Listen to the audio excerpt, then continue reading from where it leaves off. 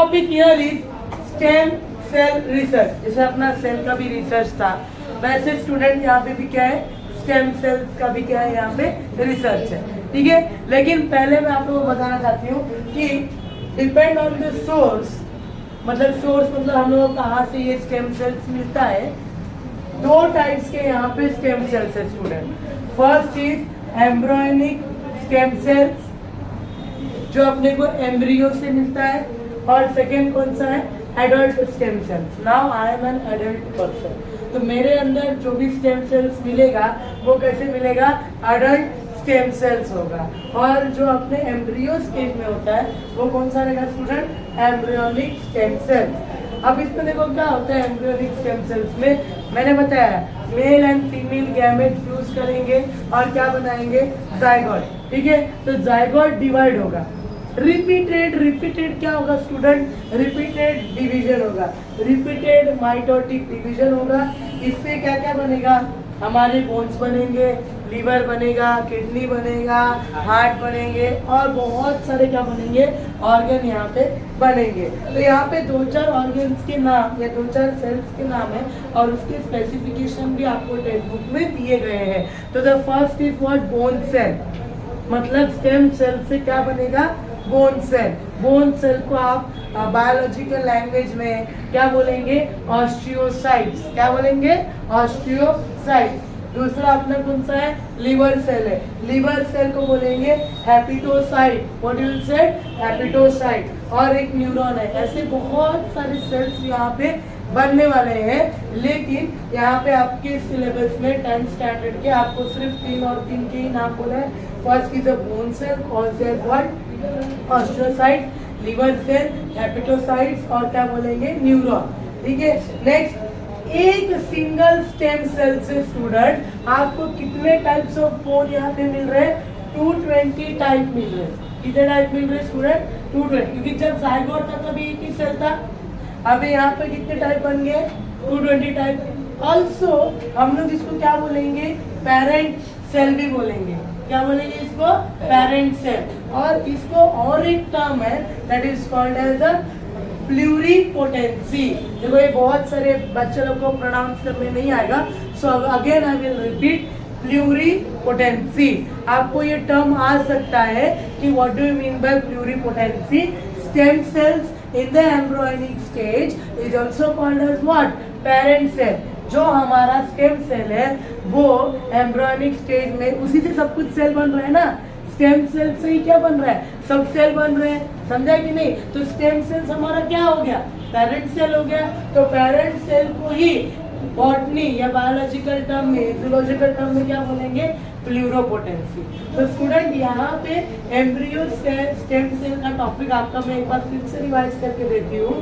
Stem cells के दो sources है, first one is what, embryonic stem cells, और एडल्ट मैं आपको ये बाद में एक्सप्लेन करूंगी। एम्ब्रियोनिक का क्या बोला है कि सेल डिविजन्स होते हैं, एक सेल से क्या बनता है, बहुत सारे सेल्स बनते हैं। इसमें एग्जांपल आपको कौन सा बोला है, बोन सेल बोला है। बोन सेल को बोलेंगे ऑस्टियोसाइट्स, लिवर सेल को बोलेंगे हेपेटोसाइट्स, और एक न्यूरॉन है। ये इतने सेल बने हुए हैं ना, वो कितने, मतलब एक सिंगल सेल से बने हुए हैं। And how much types of cells has been form, 220 types of cells has been form. ठीक है, इसलिए हम लोग इसको क्या बोलेंगे, पेरेंट सेल भी बोलेंगे। और पेरेंट सेल को ही कंसेप्ट या इसकी स्टडी को या इसके कंसेप्ट को पूरा क्लियर करने के लिए हमारे पास और एक टर्म यहाँ पे दिया गया, it is called as what, pluripotency. Clear हो गया। और दूसरा एक सोर्स कौन सा स्टूडेंट, एडल्ट है, एडल्ट स्टेम सेल्स। ये हम लोग के अंदर है, मेरे अंदर I think so I am the adult. यहाँ पे रेड बोन मैरो में मिलेगा, और कहाँ मिलेगा, ये एडिपोज कनेक्टिव टिश्यू में मिलेगा, और हमारे ब्लड में भी मिलेगा। अब क्यों पढ़ रहे हैं हम लोग ये सब, क्यों किस लिए पढ़ रहे हैं, बिकॉज यूजेस उसके बहुत अच्छे अच्छे हैं। जैसे कि मान लो डायबिटीज है किसी पर्सन को, या एनीमिया है, ब्लड नहीं है, या हीमोग्लोबिन नहीं है, या डायबिटीज में कुछ प्रॉब्लम हो गया है, मतलब कुछ सेल्स वगैरह नहीं बन रहे हैं, तो हम लोग क्या करेंगे, स्टेम सेल्स का यूज करेंगे। और स्टेम सेल्स के यूज से हम लोग क्या करेंगे, उसको रीजेनरेट करेंगे। इसके दूसरा और एक है रीजेनरेटिव थेरेपी। कोई सेल्स हमारे बॉडी में डेड हो गया है ड्यू टू सम डिसीज, और due to some any other concept, तो वहाँ पे क्या बनता है, हम लोग को उसकी वैसा ही कुछ सेल चाहिए, तो मतलब हम लोग को रीजनरेट करना पड़ेगा, तो हम लोग किसका हेल्प लेंगे, स्टेम सेल्स का हेल्प लेंगे। दूसरा हमारा क्या है, ऑर्गन ट्रांसप्लांटेशन। जैसे लीवर खराब हो गया है या किडनी खराब हो गया, तो उस टाइम पे क्या होता है, हमको किडनी ट्रांसप्लांट करना पड़ता है या लीवर क्या करना पड़ता है, ट्रांसप्लांट करना पड़ता है, तो उससे हम लोग क्या करेंगे, ऑर्गन ट्रांसप्लांटेशन करेंगे। Next topic is organ transplantation. Organ transplantation कभी कभी हम लोग को लगता है, जैसे कभी कोई एक्सीडेंट हो गया, या समझ लो तुम लोग डायबिटीज है या कोई भी एक डिसीज है, उस टाइम पे हम लोगों को मतलब certain conditions, the condition here are what, accident, infection, disorder. इस टाइम पे क्या होता है स्टूडेंट, आप लोगों को इसको क्या करना पड़ता है, ट्रांसप्लांट करना पड़ता है। अगर ट्रांसप्लांट नहीं करेंगे तो क्या हो जाएगा स्टूडेंट, जैसे किसी एक पर्सन को क्या हो गया, किडनी फेल हो गया, किसी पर्सन को क्या हो गया, किडनी फेल हो गया, दोनों किडनी क्या कर रहे, काम नहीं कर रहे, उस टाइम पे क्या होगा स्टूडेंट, उसका लाइफ डिफिकल्ट होगा, यूरिन फॉर्मेशन नहीं होगा। अगर यूरिन नहीं बनेगा तो क्या हो जाएगा, अमोनिया मतलब पॉइजन तुम्हारे बॉडी में क्रिएट होगा, अल्टीमेटली वो पर्सन का क्या हो जाएगा, डेथ हो जाएगा। तो उस टाइम पे it is very very necessary to do the transplantation, ठीक है। At this time person need necessary organs. For example यहाँ पे हम लोगों को किडनी हो सकता है या कुछ पार्ट हमारा स्किन का क्या हो गया है, मतलब खराब हो गया है या हमको चेंज करना है, तो उस टाइम पे हम लोग ऑर्गन ट्रांसप्लांटेशन कर सकते हैं। देखो ऑर्गन ट्रांसप्लांटेशन ऐसे ही हो जाएगा क्या, नहीं, हम लोग को क्या करना पड़ेगा, जैसे जिसका ट्रांसप्लांटेशन कर रहे हैं उसका ब्लड ग्रुप सेम होना चाहिए, उसको कुछ डिसीज नहीं होना चाहिए, फिर कोई भी डिसऑर्डर नहीं होना चाहिए, तो ये सब क्या होते हैं स्टूडेंट, चेक किए जाते हैं। अब जब वो पर्सन हेल्दी है या उसका किडनी क्या है, हेल्दी है, अगर वो विश कर रहा है, दो किडनी होती है, एक किडनी से भी क्या होता है, काम हो सकता है, if that person wish to donate the kidney, उस टाइम पे क्या हो सकता है, वो डोनेट कर सकता है। लेकिन डोनेट करने से पहले आप लोगों को क्या करना पड़ेगा स्टूडेंट, उसका ब्लड ग्रुप चेक करना पड़ेगा, उसको कोई डिसीज तो नहीं है ना। अगर वो डिसीज वाला ही मान लो कि मैंने किडनी ले लिया मेरे, तो क्या हो जाएगा, डिसीज हो जाएगा, ठीक है ना। तो आप लोगों को क्या करना पड़ेगा, उसको चेक करना पड़ेगा।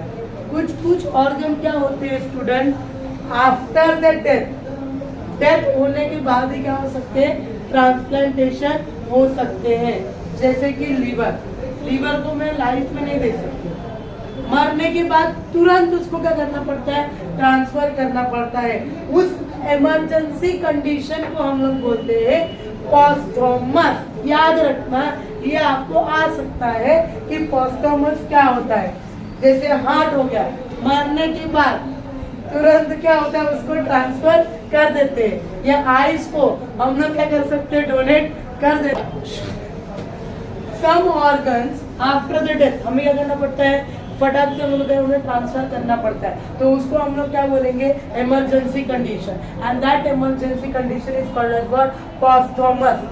कौन से सिचुएशन है, जैसे लीवर हम लोग तुरंत डोनेट करना पड़ता है, ये मरने वाले के विशेष पे होता है, उसको फॉर्म भरना पड़ता है कि मुझे आई डोनेट करना है, मुझे हार्ट को डोनेट करना है, मुझे लीवर डोनेट करना है, समझा कि नहीं। अगर जो डेथ पर्सन है उसकी विशेष होगी या उसकी फैमिली मेंबर अगर विश करते होंगे, तभी वो इमीडिएट क्या करना पड़ता है, ट्रांसफर करना पड़ता है, and the emergency transfer is called as what, posthumous. देखो मैं फिर से इसको एक बार रिवाइज करती हूँ स्टूडेंट, कि ऑर्गन को ट्रांसप्लांट करना है तो कुछ कंडीशन में ही हम लोग क्या कर सकते हैं, उसको ट्रांसफर कर सकते हैं। जैसे अचानक से एक्सीडेंट हो गया या कुछ इन्फेक्शन हो गया, तो कुछ डिसऑर्डर है, ट्रांसफर करते समय हम लोगों को उसका ब्लड ग्रुप देखना पड़ेगा, उसके डिजीज है कि नहीं देखने पड़ेंगे, इसको डिसऑर्डर है कि नहीं वो क्या करना पड़ेगा, आपको चेक करना पड़ेगा।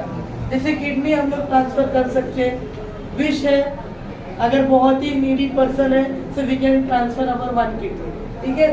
दूसरे कुछ ऑर्गन है जो आफ्टर डेथ क्या हो सकते हैं, ट्रांसफर कर सकते हैं। विचारण organ, liver, heart and eyes, ये इमरजेंसी मरने के बाद तुरंत करने पड़ते हैं और उस कंडीशन को हम लोग बोलते हैं posthumous. Next topic here is organ and body donation. ये इसी से रिलेटेड है स्टूडेंट, मतलब गवर्नमेंट क्या बोल रहे हैं हम लोगों को कि इफ वी आर डेथ के बाद हमारे लीवर, किडनी, आईज और कुछ पार्ट ऑफ द बॉडी ये कैसे होते हैं, लाइव रहते हैं। मतलब हम लोग डेथ रहते हैं लेकिन ये पार्ट ऑफ द ऑर्गन कैसे रहते हैं, लाइव रहते हैं। तो इसको हम लोग क्या करना है, वेस्ट तो नहीं करना। देखो अगर हम लोग बर्न हो रहे तो ये ऑर्गन क्या हो रहे हैं, वेस्ट हो रहे हैं। बट अगर हम लोग इसको अच्छा यूज करेंगे तो क्या हो जाएगा, ये किसी नीडी पर्सन के काम आ जाएंगे। फॉर एग्जाम्पल एक ब्लाइंड पर्सन है, इफ आई एम डेथ और मैंने बोल दिया कि मेरे आईज को डोनेट करना है, अगर ये मेरे आईज उस ब्लाइंड पर्सन को मिल जा रहे हैं तो क्या होगा स्टूडेंट, उसको विजन मिलेगा, उसको हेल्प हो जाएगा। तो ऐसे किसी का लीवर खराब है तो अगर मेरे मरने का तो किसी को मैं लीवर डोनेट कर रही हूँ तो उसको लीवर मिल जाएगा, किडनी मिल जाएगा। तो it is very very helpful to donate our part. Government ने बहुत सारे ऑर्गेनाइजेशन बनाए, बहुत सारे सेक्टर्स बनाए कि क्या करना है आप लोगों को, मतलब अभी अवेयरनेस दे रहे कि after the death you should donate your organ so that the needy person will get the organ. जिसका हार्ट फेल है, इसका हार्ट काम नहीं करता है, तो हम लोग की डेथ के बाद अगर हमारा हार्ट अगर अच्छे कंडीशन में रहेगा तो हम लोग क्या करना है, हार्ट को डोनेट करना है। जिसकी वजह से क्या होगा, उस पर्सन को हार्ट मिल जाएगा और वो पर्सन क्या हो जाएगा, एक अच्छी लाइफ जिएगा। ठीक है, तो अभी से हम लोग क्या कर सकते हैं, फॉर्म वगैरह फिलअप कर सकते हैं so that after our death if the organ is in good condition we can just donate the organ so that to help the needy person. So here the organ and the body donation topic is complete.